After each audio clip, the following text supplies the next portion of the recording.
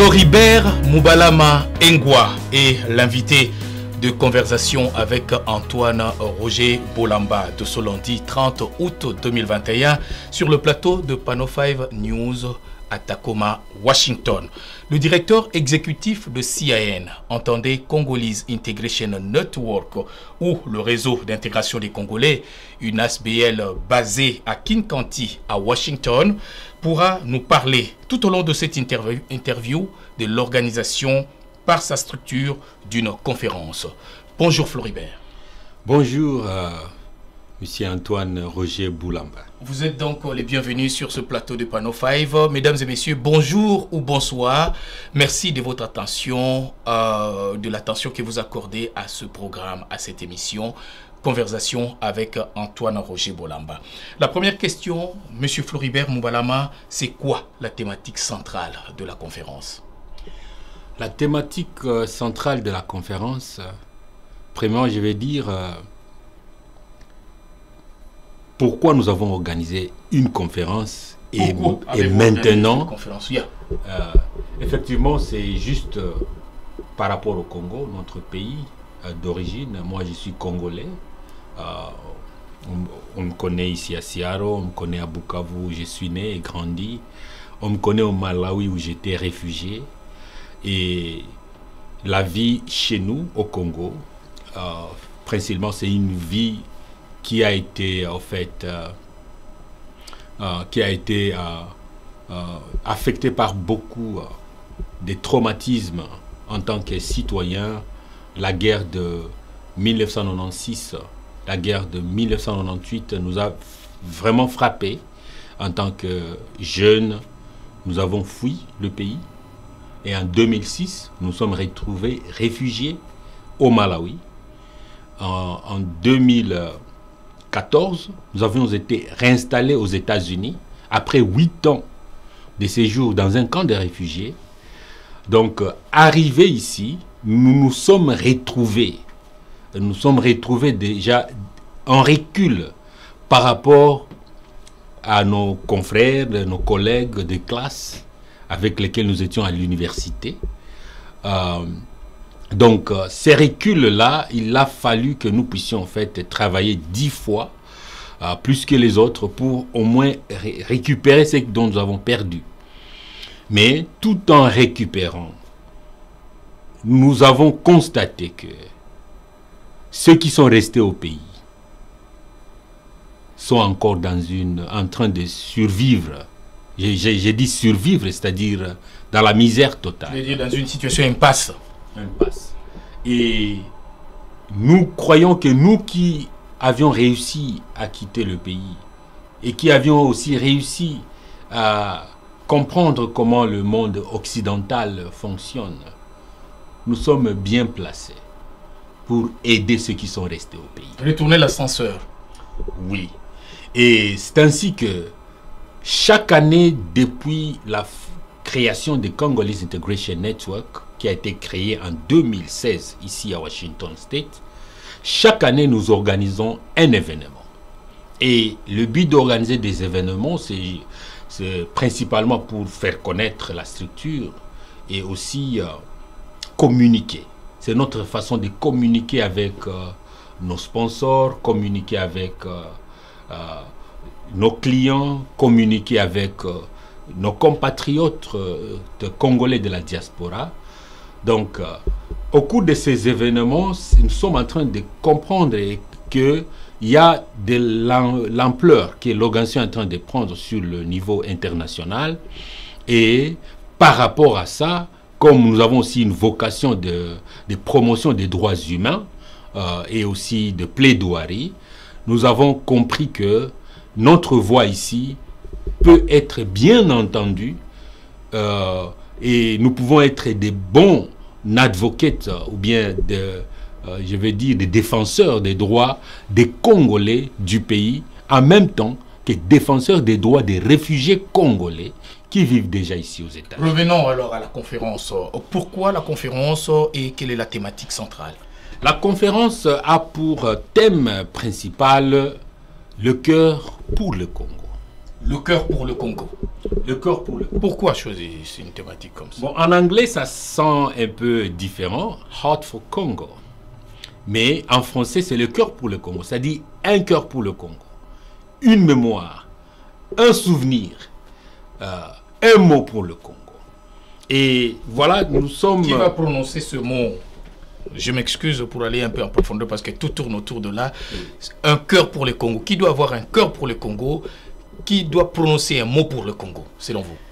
Selon nous, nous avons pensé d'abord, principalement, c'est d'abord nous les Congolais, qui sommes les premiers responsables et les premiers, en fait, victimes, responsables de tout ce qui s'est passé chez nous. Et ce mot-là, pour notre pays, doit venir de nous, les Congolais. Donc, par rapport à cette conférence, nous avons pensé que c'est mieux d'avoir les Congolais qui viennent du Congo directement, qui sont sur terrain, qui connaissent ce qui se passe. Peut-être les choses se sont améliorées. Alors, nous voulons écouter de leur propre bouche qu'est-ce qui se passe, quelle est l'urgence, et comment est-ce que nous pouvons les aider. Alors, quand vous allez à le sous-titre de la conférence est A heart to listen and a mind to understand. C'est-à-dire un cœur pour écouter et aussi une intelligence pour comprendre. Nous invitons les Américains, nos frères et sœurs américains avec lesquels nous vivons, et nous comprenons que déjà leur société est devenue notre société parce qu'il y a nos enfants qui sont en train de naître ici aux États-Unis. Donc ils font partie intégrale de la société américaine. Donc nous voulons communiquer avec eux, ayant compris que 95% des Américains ordinaires ne connaissent pas qu'est-ce qui se passe chez nous au Congo. Nous voulons ouvrir cet espace pour les éduquer sur la situation qui a été au Congo pendant les 2 dernières décennies et aussi les inviter aussi à participer avec nous dans la recherche des solutions qui sont tangibles. Et quelles sont ces solutions telles que nous les avons vues? Ce sont les solutions qui corroborent avec la justice transitionnelle dans ces processus et ces étapes de la réconciliation, la vérité, réparation.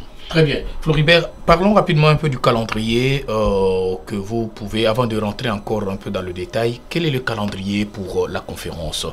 Quel est le tout premier jour de la conférence et la conférence dure combien de temps? La conférence commence le 18 septembre. Nous accueillons nos invités du Congo et nous allons les loger ici à Washington State. Donc, tous les moyens logistiques sont déjà mis en place pour les accueillir, les loger, en fait, qu'ils se sentent à l'aise. En fait, l'event, nous commençons par une visite guidée. Et la visite guidée sera dans le King County. Et au fait, si nous avons des connexions à Pulse County, nous allons les exploiter aussi. Mais nous voulons d'abord visiter les sites touristiques avec eux. Et le même jour, nous allons aussi recevoir les docteurs et aussi les agents de la santé. Nous allons visiter l'hôpital comme l'Université de Washington. Il y a aussi Harborview Hospital et le département de la santé de King County. Nous aurons 3 sessions durant la journée. Une session sur le racisme et aussi l'équité sur le plan de la justice. Et 2e session avec les scientifiques médecins. Et 3e session avec différents départements pour solliciter effectivement un pont de collaboration entre les hôpitaux d'ici et les hôpitaux de chez nous. Alors, Floribert Moubalama, vous avez bien parlé. Moi, je suis totalement convaincu de ce que vous êtes en train de dire. Et surtout que vous avez mentionné pratiquement qu'une telle conférence n'a pas été organisée auparavant selon vos enquêtes. Mais je voulais savoir un peu les parties prenantes dans ce que vous organisez comme conférence dans les jours prochains. Oh, bien entendu, nous avons d'abord la diaspora congolaise vivante ici à Washington State, et puis notre organisation Congolese Integration Network, qui est comme promoteur et co-sponsor aussi de l'événement. Nous avons une organisation des missionnaires catholiques, bien sûr, américains, et ces missionnaires viennent ensemble juste pour faire le Urban Missionary. Ce sont des gens qui communiquent aident les gens dans la rue, les vulnérables américains. Parce qu'ici aux États-Unis, il y a aussi des vulnérables. Il y a des veuves, il y a des orphelins, il y a aussi toutes sortes. Homeless people. Homeless, les malades. Les malades. Alors, ils font aussi partie de l'organisation. Et sont avec eux que nous avons effectivement commencé à travailler sur la préparation de l'événement en question. Il y a aussi la législature américaine qui est représentée par l'un des sénateurs, qui aussi est le co-sponsor d'une des journées de la conférence. Il y a également le département de la santé de King County, avec lequel nous travaillons sur les questions de la santé principalement. Et il y a aussi les volontaires, qui viennent de partout dans le monde, qui collaborent avec nous. Il y a des journalistes parmi eux, il y a aussi des rapporteurs des différents domaines, mais il y a, et plus spécialement, il y a les invités du Congo, donc qui sont regroupés dans le consortium des confessions religieuses pour la justice transitionnelle, et ce sont eux qui nous ont inspirés d'une telle conférence. Ça tombe bien, Floribert. Revenons, parce que vous étiez en train de parler de ce qui sera organisé comme activité. Vous avez parlé de la première journée, la deuxième journée. Parlons de la troisième journée maintenant. La troisième journée, c'est la journée du 21 septembre. La journée du 21 septembre, nous comptons rencontrer les législateurs américains. Donc les députés nationaux, les congressmen, les députés provinciaux et même les sénateurs fédéraux.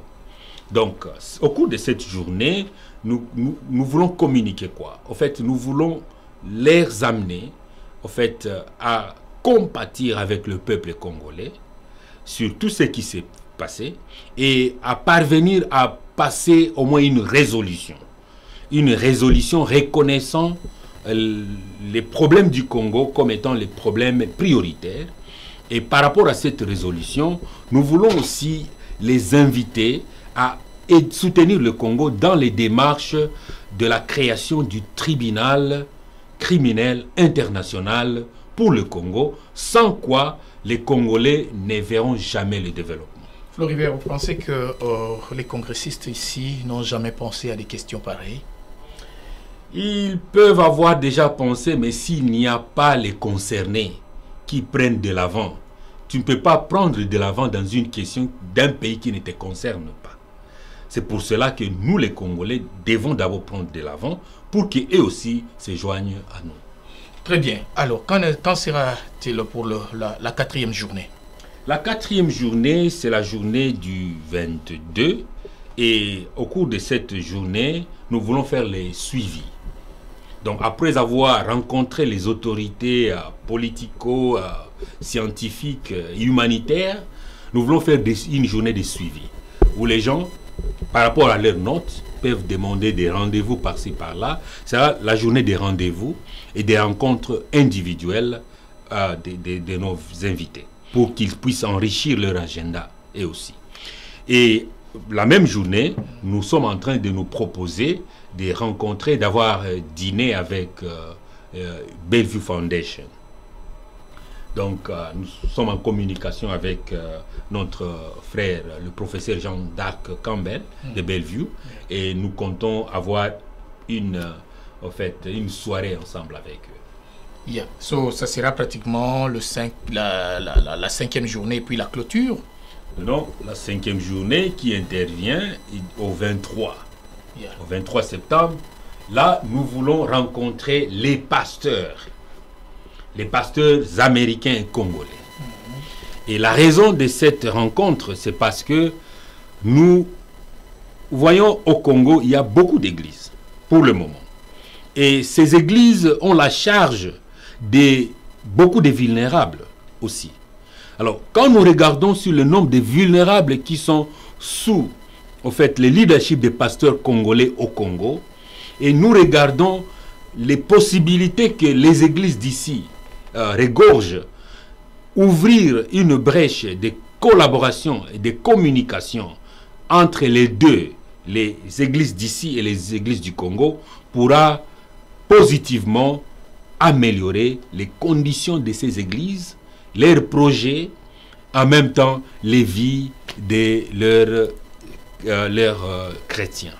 Les vies de leurs chrétiens, je voulais même parler aussi du contenu de leur message à l'endroit de leurs chrétiens. Oui. Vous voyez, parce que il faut appliquer de la théologie de la libération ici. Oui. Et vous savez, vous connaissez vous-même comment certaines de nos églises ont emprisonné leurs chrétiens au lieu de les libérer d'un certain nombre d'emprises que le monde leur apporte, vous voyez.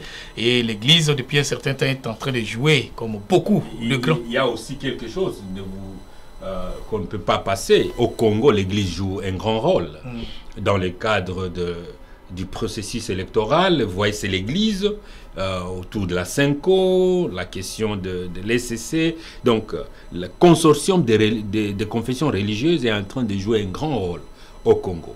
Et il y a une voix qui est venue du Congo, que nous avons discernée, qui avait dit que l'Église est notre seul espoir. Qui a dit ça? C'est une voix qui a été discernée au niveau de l'Église du Congo en général. Alors, c'est par rapport à cette voix que nous disons, oui, les Américains chrétiens peuvent aussi soutenir la voix qui est venue du Congo et démontrer l'universalité de l'Église à travers cette voie et mobiliser les efforts ici pour que les Américains puissent ouvrir des missions, pas des missions d'évangélisation au Congo, mais des missions de consolidation du développement au Congo. Consolidation de la paix et ainsi de suite, parce que vous savez, aujourd'hui, l'Église catholique, parce que Floribert en a parlé, laissez-moi ouvrir une petite parenthèse, l'Église catholique, à travers la Conférence épiscopale nationale du Congo, la CENCO, mais aussi les CC et d'autres confessions religieuses, se trouvent un peu en difficulté selon les news que nous sommes en train de recevoir et de lire, pour essayer d'accompagner le processus électoral. Floribert, un mot par rapport à cela. Vous connaissez le contexte. J'ai appris même que la CENCO et le CC se retireraient. Vous savez, l'Église est apolitique, d'abord. Mais, bien qu'apolitique, l'Église a une mission prophétique. Et de par la mission prophétique de l'Église, et c'est biblique, les fondements de l'Église, les hommes de Dieu ont toujours accompagné les rois.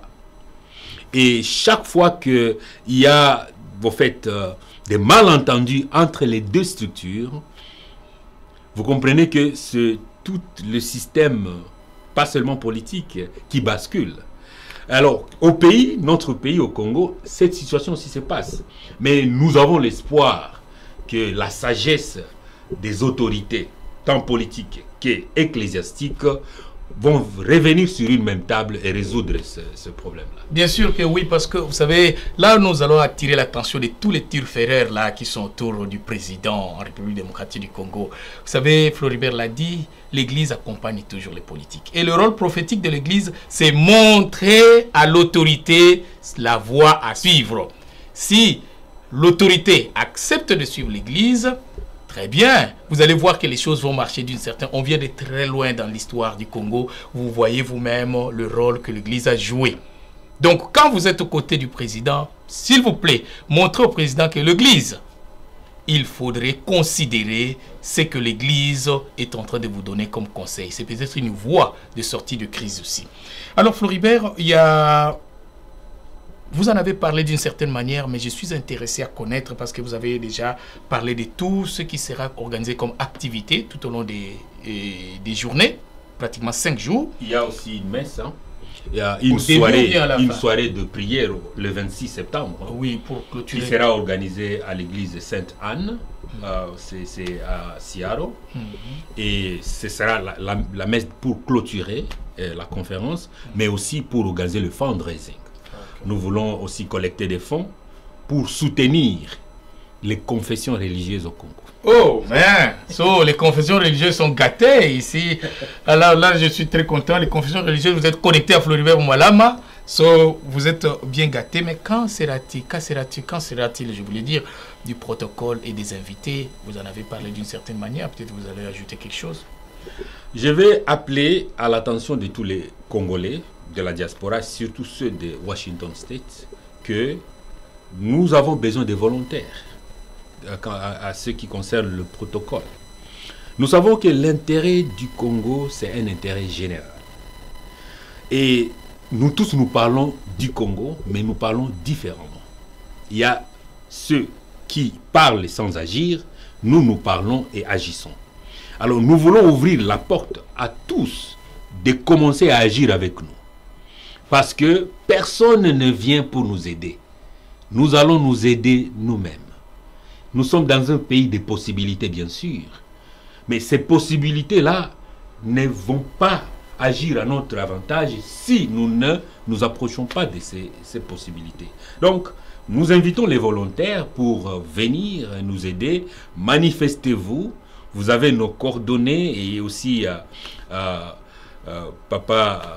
le journaliste Antoine Roger Boulamba va mettre nos coordonnées ici au bas de l'écran. Oui, vous pouvez nous contacter et nous allons en fait vous associer aux équipes, parce que par rapport à l'audience, nous avons des équipes. Il y a des équipes qui travaillent particulièrement par rapport à la première journée, à la deuxième, au fait, jusqu'à la dernière journée. C'est bien. Je pense que ASFAPOG, African School of Family Wellbeing, Police and Government, va aussi vous soutenir, vous accompagner. Pourquoi ne pas nous associer aussi parmi les volontaires? Vous êtes bienvenus. Merci beaucoup. Floribert, en organisant une conférence comme celle-ci, vous avez sûrement des attentes. Ouais. Quand est-ce que vous allez vous dire que vous avez atteint vos objectifs en organisant cette conférence? Je vais, en même temps, je vais aussi attirer l'attention de tout le monde que une vision se prépare et ces attentes aussi demandent la patience. Donc nous allons juste aller à la conférence. Nous allons créer un sens d'urgence par rapport à nos attentes. Mais ça va être un processus pour vraiment palper les résultats. Mais ces attentes-là, nous voulons créer les corridors entre le pays, le Congo, et l'État de Washington. L'État de Washington étant une 11e puissance économique mondiale, nous considérons cet État comme étant moteur. Il y a des grandes compagnies ici, des grandes entreprises, des grandes personnalités aussi mondiales sur le plan des cash. Et nous voulons que notre pays s'ouvre à ces avantages-là. Que notre pays s'ouvre à ces avantages-là, Floribert, parce que vous avez parlé même des personnalités ici à Washington qui sont forts en termes financiers, si je peux dire comme ça. Quel est le budget que vous disposez pour organiser cette conférence? Quant au budget, nous sommes en train de mobiliser les fonds volontaires. Donc les gens sont en train de contribuer. Et encore une fois, j'ai fait un appel à ceux de bonne foi qui sont parmi nous ici dans la diaspora, qui aimeraient faire partie de cette action de grande envergure, de pouvoir participer, si pas avec leur temps, avec leur cash. Allez au site internet de CIN, vous pouvez en parler ici, le site internet de CIN. Bien sûr. Et là, c'est cin.org, ouais? cinciaro.org. cinciaro.org. Si vous y allez, et vous allez voir là où il faut donate, là où c'est écrit donate, donation, yeah. Vous pouvez faire votre donation pour soutenir l'action que CIAN organise à travers Floribert Mbalama pour la tenue de ces 5 ou 6 jours de conférence ici à Washington State. Des partenaires que vous avez, Floribert, on peut connaître les partenaires qui soutiennent l'organisation de cette manifestation. Bon, nous avons des partenaires qui travaillent avec nous dans différents projets. Mais quant à cette conférence, c'est une initiative vraiment limitée à CIAN et à Sanctus. Sanctus et CIAN. Donc, d'autres partenaires qui sont internes de la communauté, ils interviennent avec leur mémoire. Donc, il y a une contribution pour mémoire des bon nombre de Congolais dont je respecte en passant ici. Ils se connaissent, je ne veux pas citer leur nom, et qui contribuent vraiment et qui nous apportent des bonnes idées qui vont nous aider à au fait, concrétiser cette conférence.